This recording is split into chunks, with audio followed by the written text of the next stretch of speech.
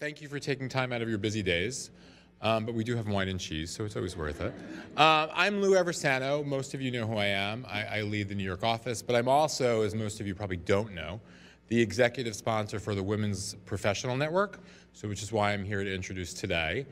And the network has just gone through a change of leadership. You'll meet those leaders over the year. They've got exciting plans. One of them is a speaker series with some regular basis, and this being Women's History Month and women having such a great history at Ogilvy, we couldn't miss the opportunity to be here today.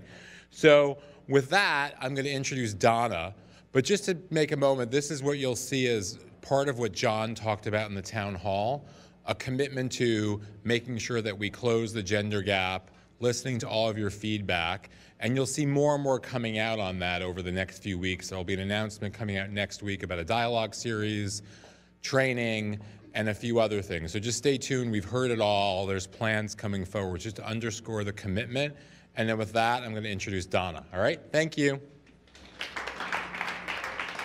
I have one. You have a mic? Yes. Is this working? Yes, it is. Hi, everybody. It's so nice to see you in the front, Amy. It's so great to see a wonderful turnout like this today. As Lou said, we all have, busy days. I think most of you know who I am, but I am Donna Pedro, the Chief Diversity and Inclusion Officer and responsible for the professional networks. And I'm really excited about the Women's Professional Network relaunching and to introduce Jen Scott today.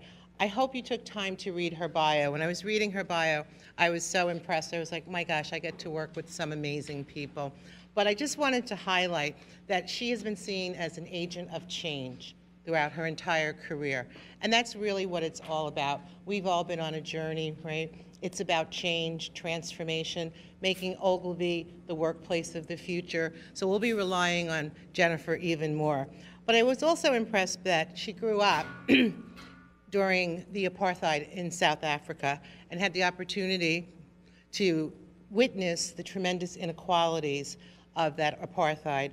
And she remains dedicated to understanding and managing the power dynamics, identifying and extending the reach of opportunity to those who are in need. And as if you've read her bio, she continues to do anti-poverty work today.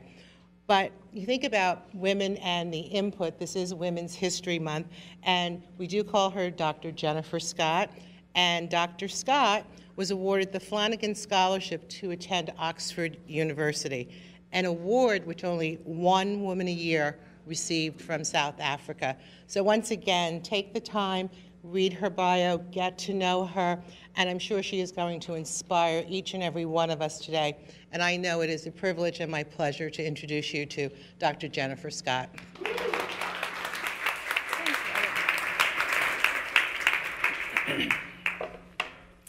Donna, thank you so much for that warm introduction. You have a wonderful career in public relations ahead of you.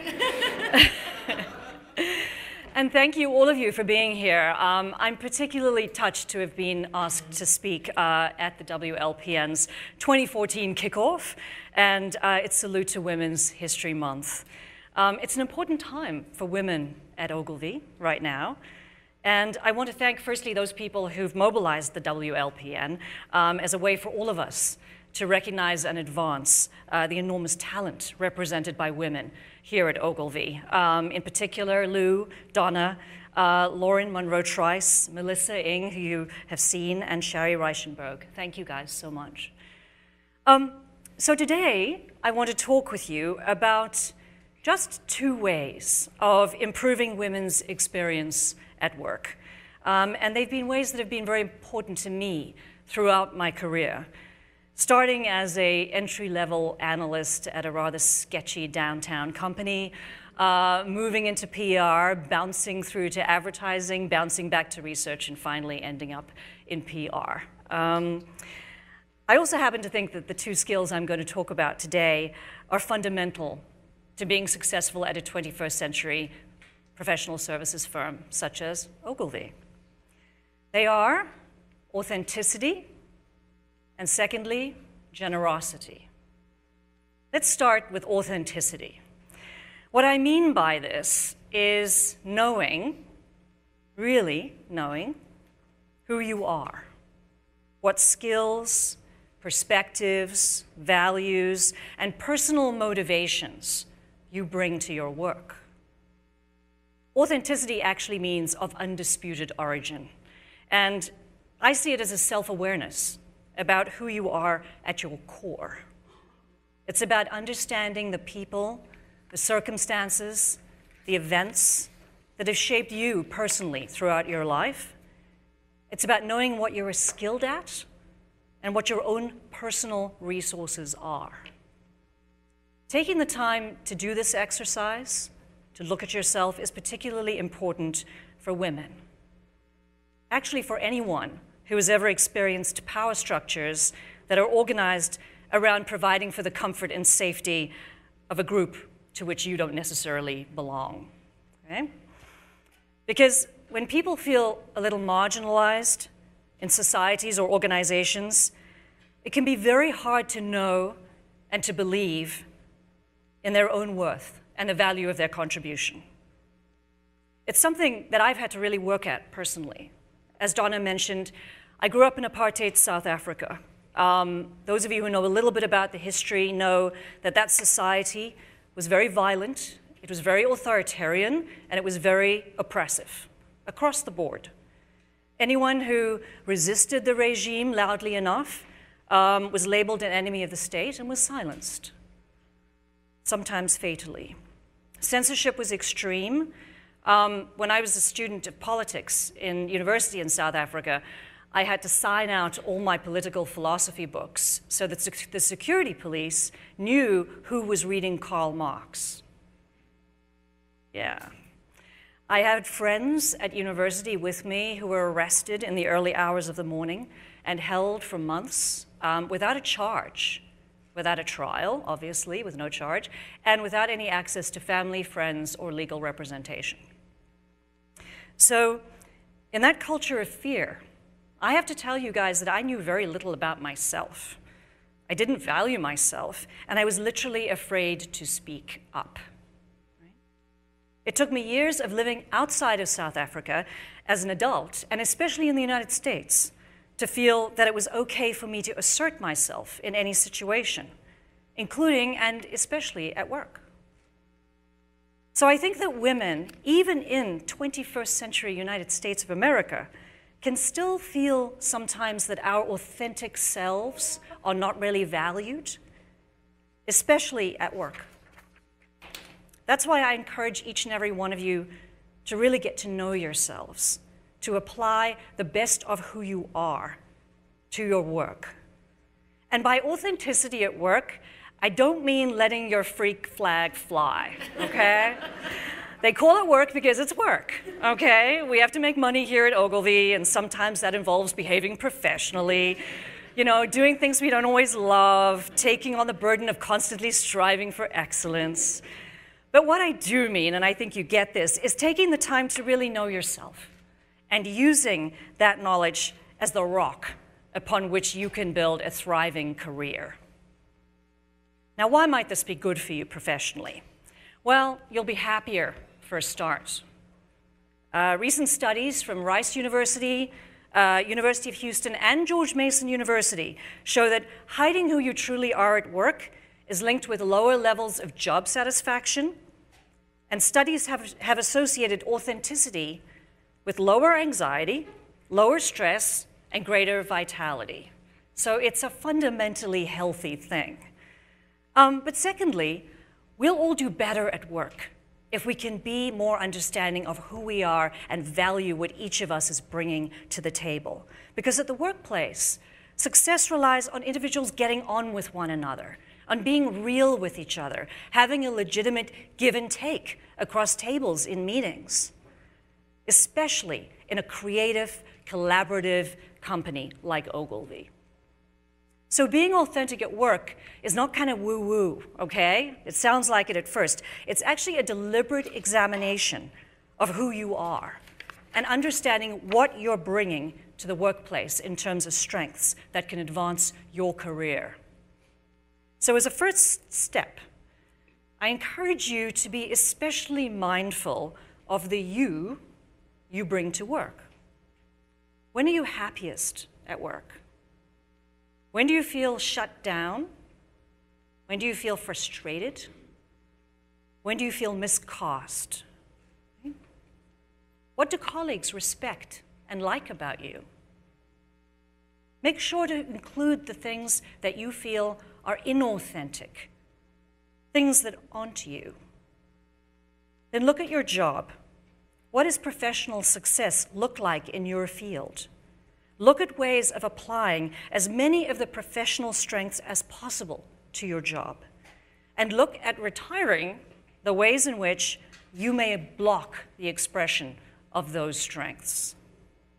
So in my case, authentic strengths include a passion for understanding what the real problem is in any situation and coming up with the best solution. Did you know that most solutions that don't work aren't actually wrong? They don't work because they're not solving the right problem, right?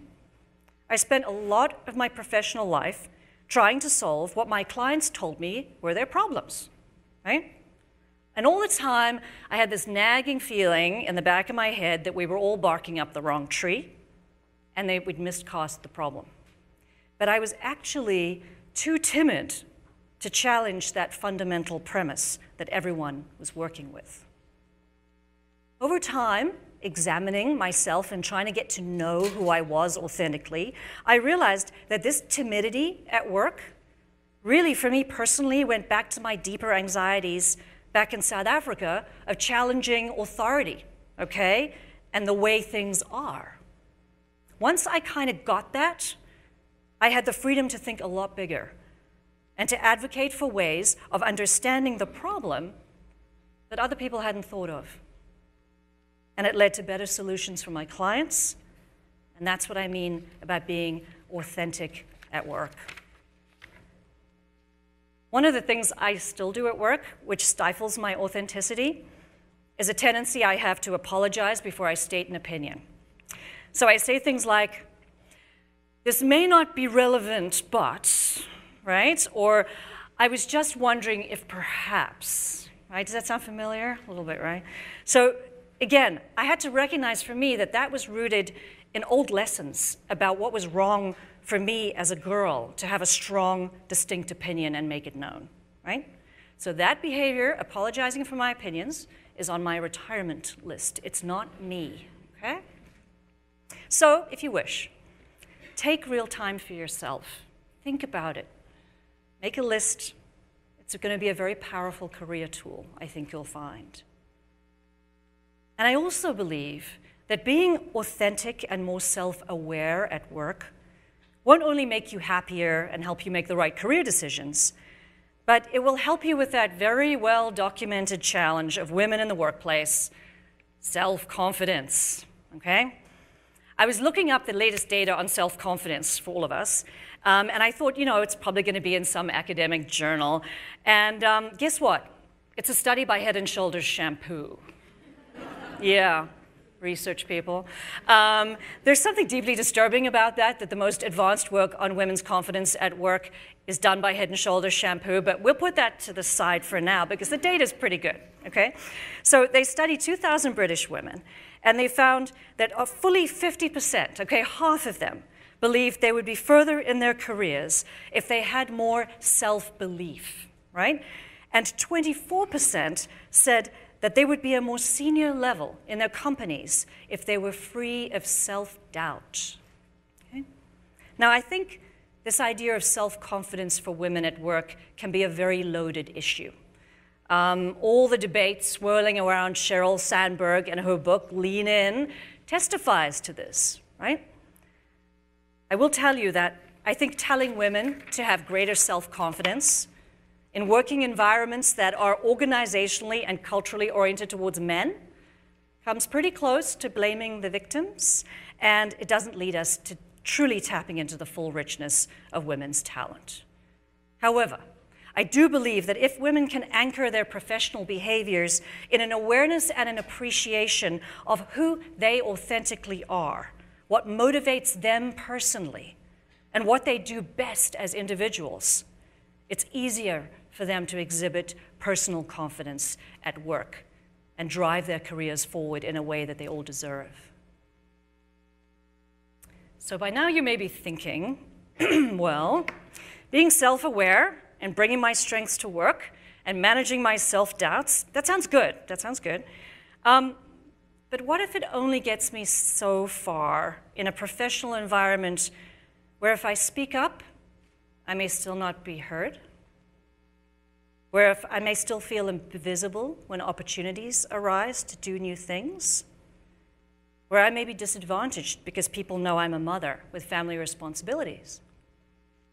So, you're not wrong to think that way. We all know that in the United States, when a man and a woman do exactly the same work, the man takes home $1 for every 77 cents the woman takes home. A 2012 McKinsey study of 60 major corporations shows that while women are fully 53% of entry-level employees, the majority, only 24% make it up to senior vice president, and only 19% make it into the C-suite. A Pew Research report from December 2013 showed that 51% of working mothers say being a parent has made it harder for them to advance their career.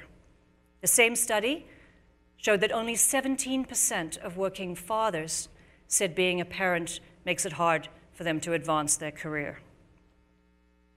And a KPMG study showed that senior women are 2 times less likely to be promoted than their male peers.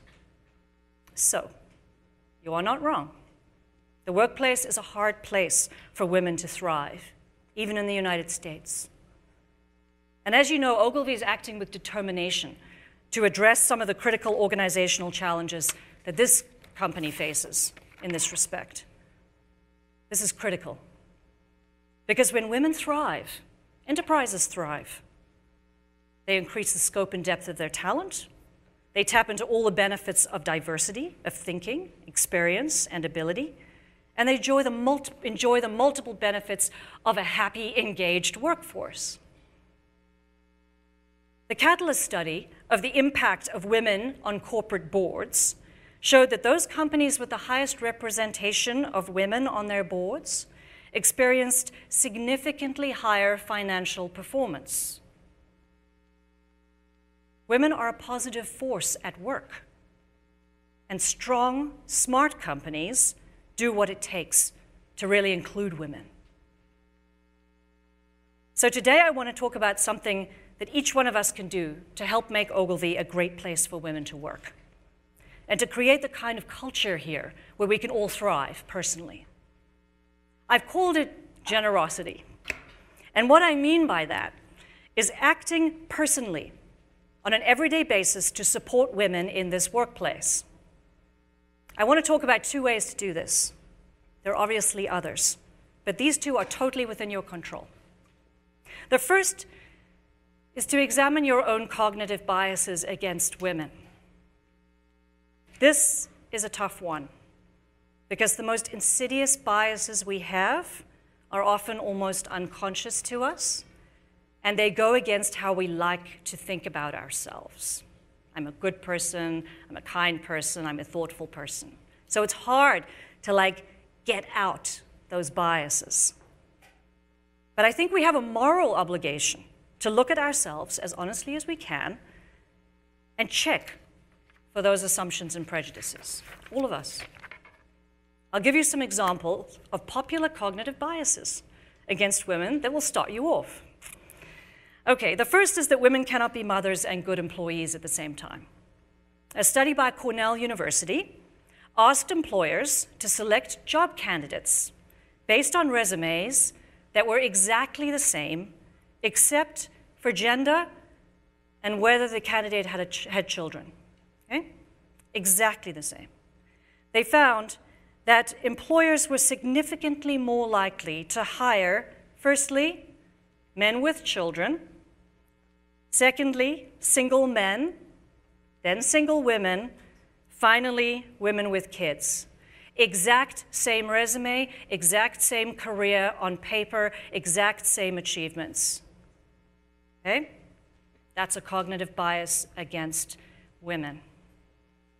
Another is that women aren't as good performers in the workplace as men overall. Okay, this is simply not true. Ben Weber wrote a very interesting piece in Bloomberg Business about a study that he conducted among 3 large companies, where the behavior of men and women was very closely tracked, hour by hour. They watched what they were all doing. And they found that performance, very closely tracked, was almost exactly the same. He does note women were slightly better, but it wasn't significant, so he washed it out. So I'll wash it out too. However, despite the fact that performance was exactly the same, okay, just as valuable to the company, regardless of gender, that women were significantly less likely to be promoted across all those 3 companies. This is a cognitive bias against women. A third bias is one that women can adopt when they work in very male-dominated workplaces, especially when they're in a minority in their position, the only woman in the room, right? Women in these organizations can sometimes feel compelled to protect their own positions and status by actually adopting some of the male biases that swirl around them against women, okay? Often called becoming one of the boys. This is very, very difficult, and it can be enormously harmful to women, to the women involved, and to the organization. So those are just 3 examples, and we definitely have work to do to look at ourselves and identify as best we can our cognitive biases against women at work. And I am almost certain that every single person in this room has at least one, and I count myself there. Okay? It's a painful thing to do, to look at yourself and go, wait, how am I really being? How am I really thinking deep down? But the ability to identify and expose those biases that stifle an organization's talent and operations is fundamental to success. So that's step 1 for generosity. Look at yourselves. The second step is, once we've opened our eyes to the problem, is to act to do something about it. And this is as much a task for the men in the organization as it is for the women. And act, I urge you, act with generosity and good spirit, okay? Because you're doing this to help Ogilvy be stronger and more successful. It's about organizational evolution, not gender war, okay? So, okay, well, how can you act? Well, I'm going to give you some examples again to get you going. It's very practical. When you're included in a new team and you see that women are poorly represented in that team, suggest a female colleague or 2 for inclusion, making a good case about why her skills may be of benefit to the team. Yeah. When awards of any kind are being handed out, consider nominating and supporting deserving women. You may have to look a bit harder for them in a culture that disproportionately rewards men, but you can find them. When you receive an important email, okay, that has impact, check the CC list. See if it includes relevant women. And if it doesn't, add them on, right? When you see the agency represented in a photo and it's mostly or entirely made up of men, mention it to our diversity and inclusion officer. When you're in a meeting where men are dominating the discussion, ask a female colleague what she thinks. Then really listen to her answer, and then build upon what she has said in your response. Big deal. We don't do that a lot around here. Now, we all have different levels of authority and reach here in the organization, right? But I think every one of us has the ability, and I would argue the obligation, to actively make it easier for women to contribute their enormous talents to the agency.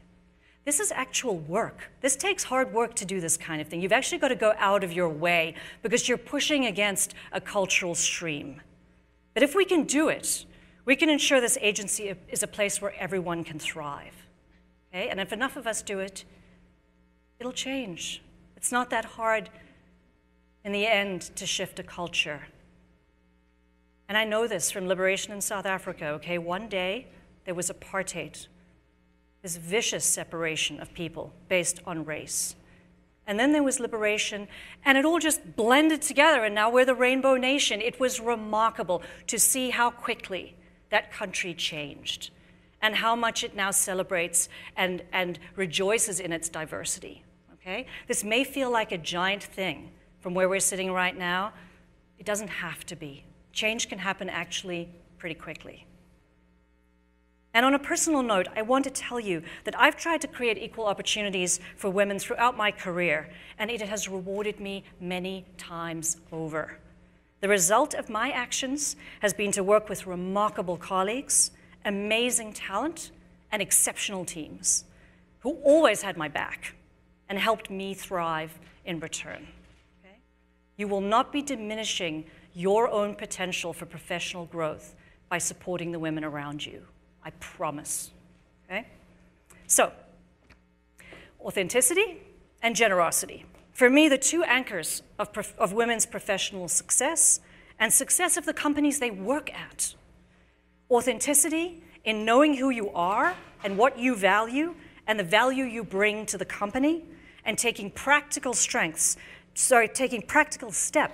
to bring your individual strengths to your job. You'll be happier, and the agency will benefit. And generosity, firstly, be as honest as you possibly can about your cognitive biases against women at work, and examine how these might be impacting your behavior. And secondly, making a deliberate effort to ensure that Ogilvy is a place where the full potential of women is realized. It can help if you believe, as I do, that diversity is actually strength, that this agency's future success is built on its ability to be an absolute game changer in everything it does, to revolutionize the way people see the world and see our clients within it. And this ability has to be rooted in the energy of teams that are real, that are authentic, and who know and respect each other, and have the generosity of spirit that makes the whole much greater than its parts. If women are secondary in this agency, we will pay for it in our work, our reputation, and our success. When women can thrive as much as men, we set ourselves up for excellence and exceptionalism. So I think that applying some authenticity and generosity to your life at Ogilvy, try doing it. Okay? And let's have an agency that's made up of the very best of all of us. Thank you.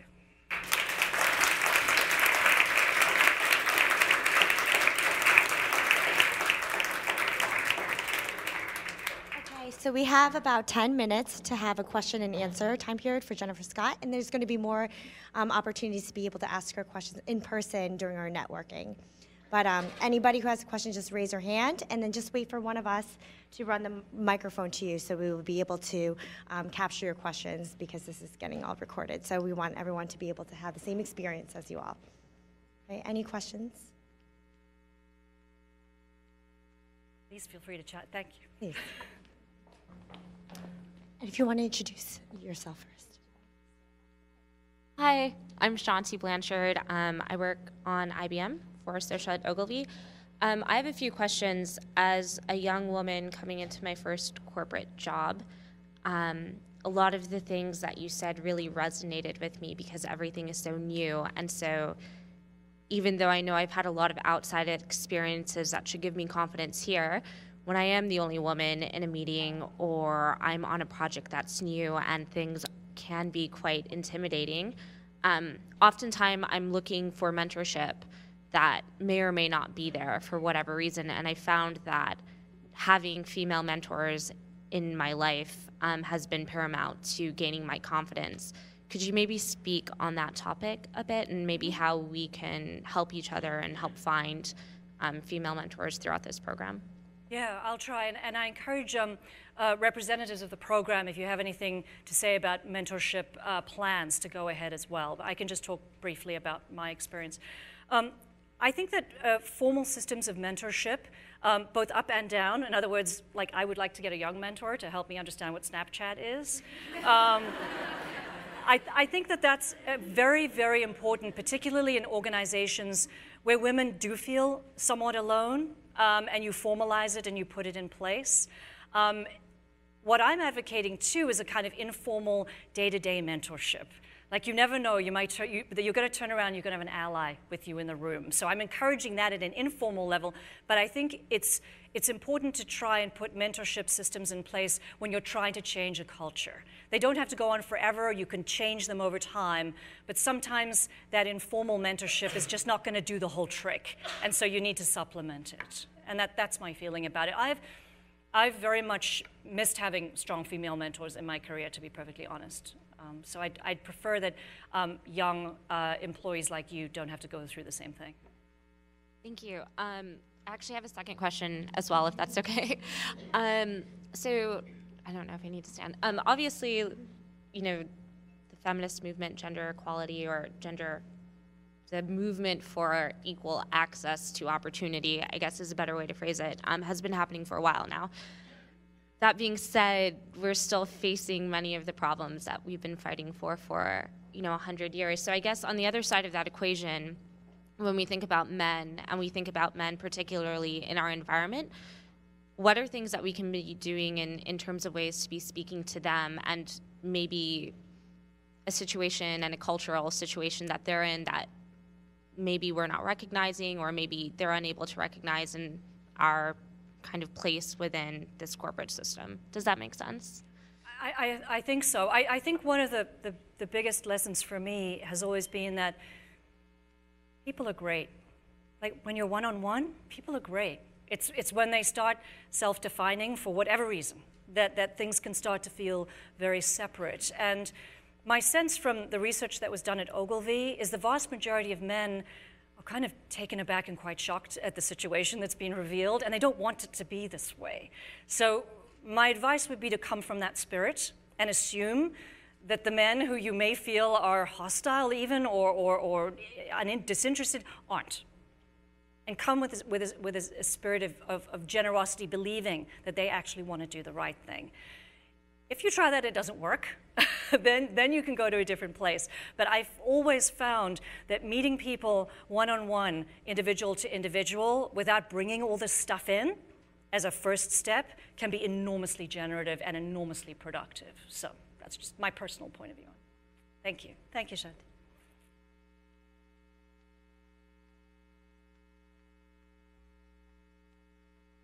Hi. We sit next to each other, but just so everyone else knows, I'm Katie Culver. I guess one of my questions would be, what is a common fault that females have in the workplace, a mistake that we may make, and what can we do to avoid making those common mistakes? I prefer not to generalize about common mistakes made by men or women, because I genuinely believe we each have to really nurture ourselves as individuals. What's been written about, and I think Sheryl Sandberg is a case in point here, is that women will back down pretty quick in a situation that it might involve a little bit of conflict or assertiveness, by and large. Some women won't, so I hate generalizing. But I think that for each one of us, it's good to look at meta patterns of how women have to manage workplace environments and think for yourself, is this me? Does this reflect on me? And that's an insight that you can get in order to help you amend your behavior. But really, those mistakes women make, don't slot yourself into that.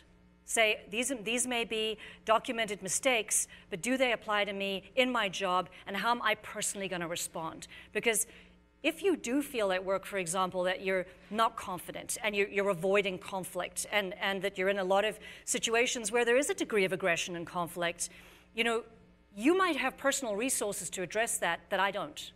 And it's up to each of us to say, where am I coming from? How am I going to resist this? And so the answers are not cookie cutter, just as the problems aren't cookie cutter. So take it so far, but not any more than that. Is that helpful? Okay. Other questions?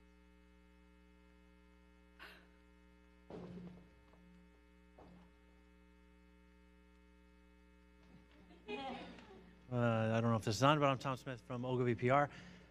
Just a quick question. As a man in Ogilvy, what can we do to support women's initiatives in the workplace? Thank you, Tom.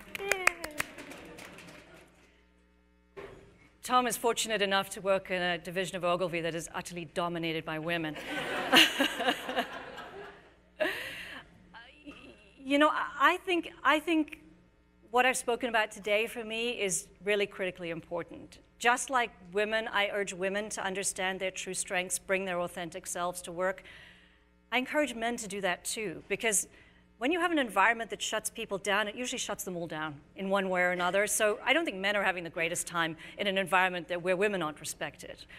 So partly look at yourself, see what you can naturally be as an individual at Ogilvy, but then critically importantly, work on that generosity on behalf of women.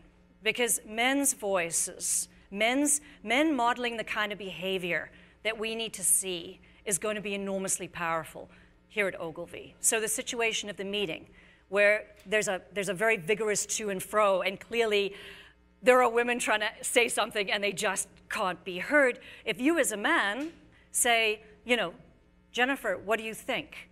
That will remodel the entire way of the meeting interaction and behavior. People go, oh wow, somebody asks somebody else what they think? And then listening to the answer, oh wow, he really heard her, and he's actually come up with an even more intelligent thought based on what she said. This sounds simple, but it could be actually quite seismic inside of this organization. But you as a man have a very powerful role to play, because if more men do that, the norm will get created a lot more quickly. So thanks for asking.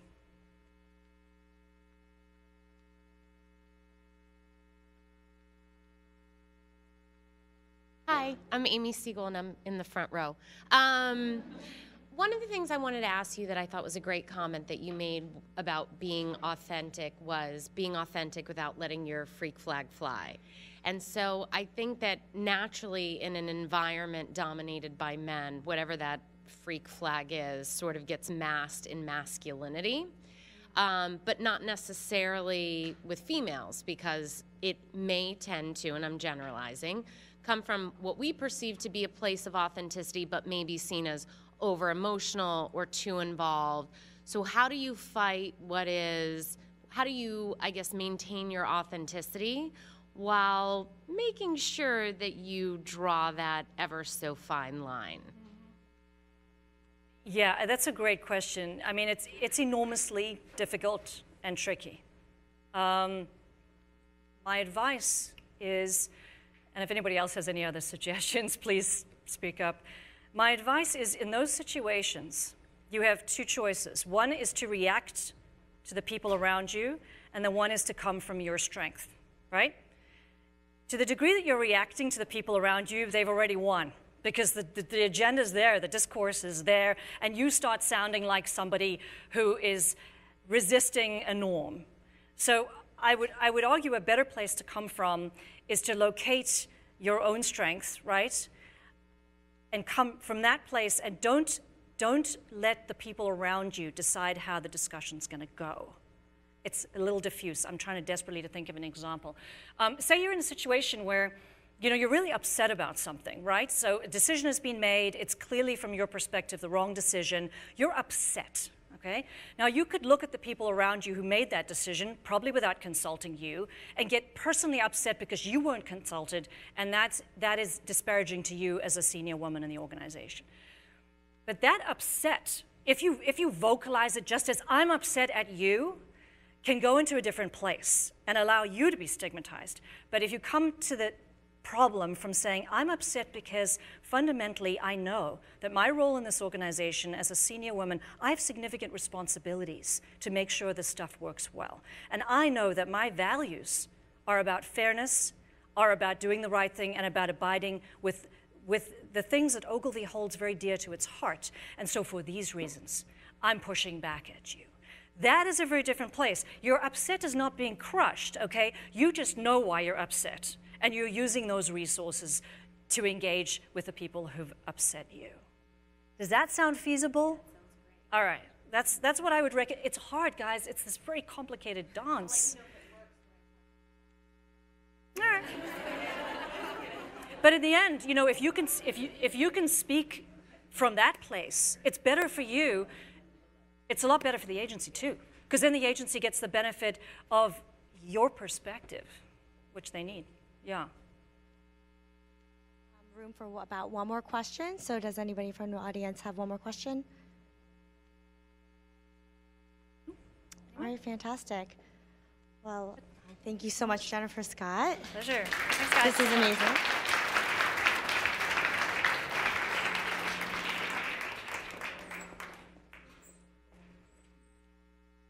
So for those that, I recognize a lot of faces here, and thank you so much for being here. For those who do not know us, my name is Melissa Ng.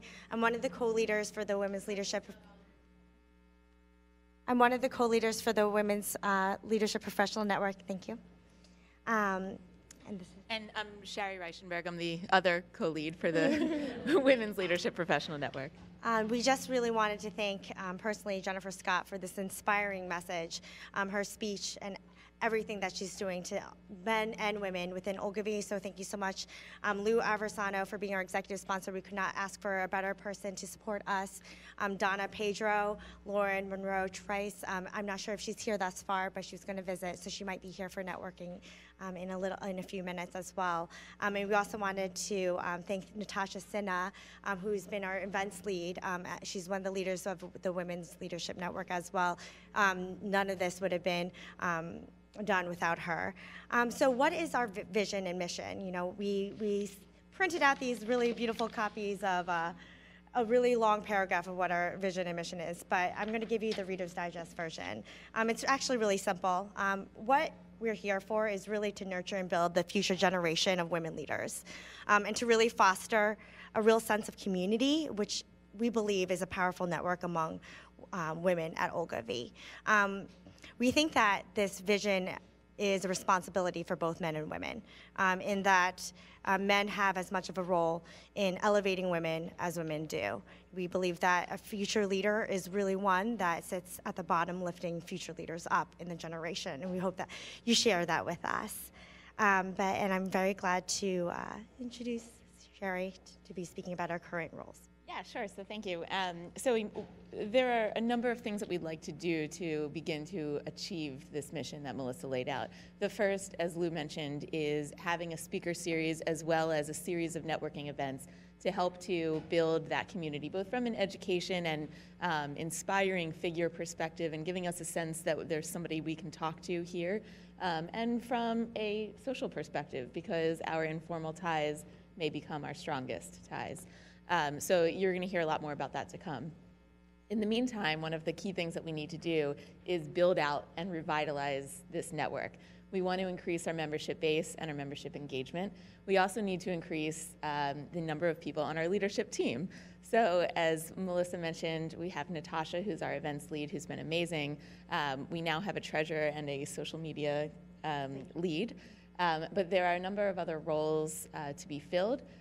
Some could require less time than others. So if you are interested at all in stepping up and joining our team and helping us to fulfill this mission, please get in contact with us. We'd be more than happy to welcome you. We have an event coming up on Wednesday. We're doing this in conjunction with the Young Professional Network, YPN. It's a lunch with leadership event with Carla Hendra, who's the global chairman of Ogilvy Red. So that's going to be in Chuck's Place at noon on Wednesday. It's going to be fantastic. So please join us for that to start. It'll be an intimate conversation, less of a speaker Q&A session and more of a dialogue throughout the entire time. And that's about it for our announcements. Please enjoy wine and cheese and networking. Oh, I'm sorry, one more thing, I forgot. In addition to the Lunch with Leadership event that we have this week, we're going to have our first WLPN general meeting for the year on Wednesday, April 16th, 12 to 1. We'll probably have an informal lunch. It will be somewhere in this building.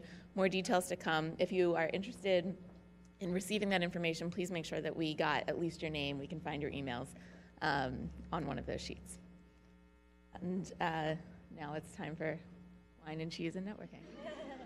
So thank you.